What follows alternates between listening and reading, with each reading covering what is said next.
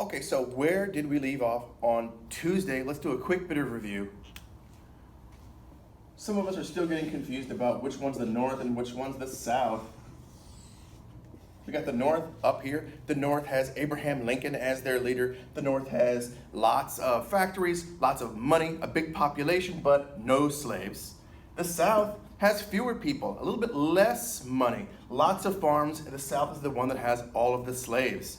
Now, early in the Civil War, the South is doing very good. Even though they have less money, even though they have fewer soldiers, they're doing really good, thanks in large part to their great generals, their great military leadership, especially this guy, Robert E. Lee. One of the most brilliant military strategists of his day. He's from the South, he takes over the Southern Army, and in the early years of the war, he's able to keep pushing the North back out. But on Tuesday, we looked at a couple of different ways in which the South's luck was starting to change during the middle years of the war. We talked about the Emancipation Proclamation.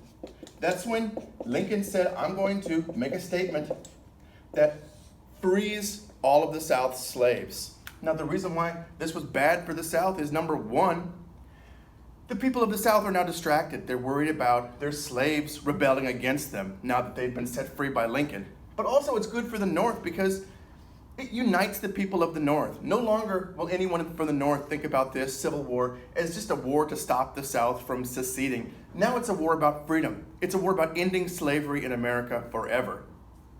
We talked about a couple of important battles that didn't go so well for the South.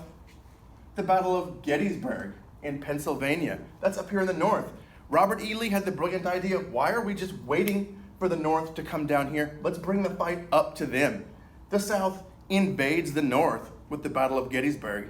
It ends up being an incredibly bloody battle. It is the most bloody and deadly battle of the entire Civil War. And in the end, Lee and the Confederate soldiers are pushed back. They lost so many soldiers in this one battle. It would never again be possible for Lee to mount a successful invasion of the North.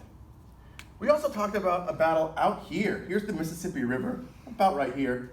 We talked about a battle that happened over here in the West called the Battle of Vicksburg. Now, most of the fighting in the Civil War is happening along the East Coast, but there's also some fighting happening out West. We talked about a guy named General Grant, General Ulysses S. Grant. Now, he was in charge of some of the troops out here in the West. Grant was a guy that nobody really expected too much from. He had bankrupted a couple of businesses in the past. He was known as something of an alcoholic. They said, let's just send Grant out west. He'll mess things up if we put him over here. So Grant has the idea. He says, I want the North to take the Mississippi River. If we can take the Mississippi River, we will cut the South in half. And they'll no longer be able to use the Mississippi River for moving troops or for moving weapons. Let's do it. But how do you do it? It's a big river. Grant has the idea, what about this town right here in Mississippi called Vicksburg? It's a port town. If we can take this town, we will control the entire Mississippi River. But the trouble is, how do you take an entire town? Grant tries for months and months to lay siege to the town of Vicksburg, but he's not successful. He finally says, I can't do it. It's too hard. I give up. Then he comes back again the next year and says, no, I'm going to do it. I'm going to take this town of Vicksburg. We're going to control the Mississippi River. And he does it. Grant is finally successful at the Battle of Vicksburg in 1863. Now, the Battle of Vicksburg is important for two reasons. One, just like Grant thought, it does cut the South right in half. But it also shows Lincoln, who had been suffering for so long with Robert E. Lee being the great military leader of the South and the North not really having any great military leader.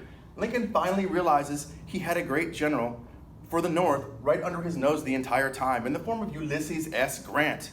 Grant's going to emerge as a great hero for the North in the war.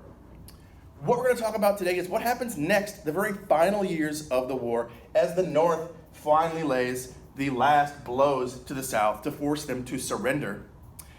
We have a reading we're going to do right now about the end of the Civil War. Go ahead and click on over to the next slide. I will see you over there.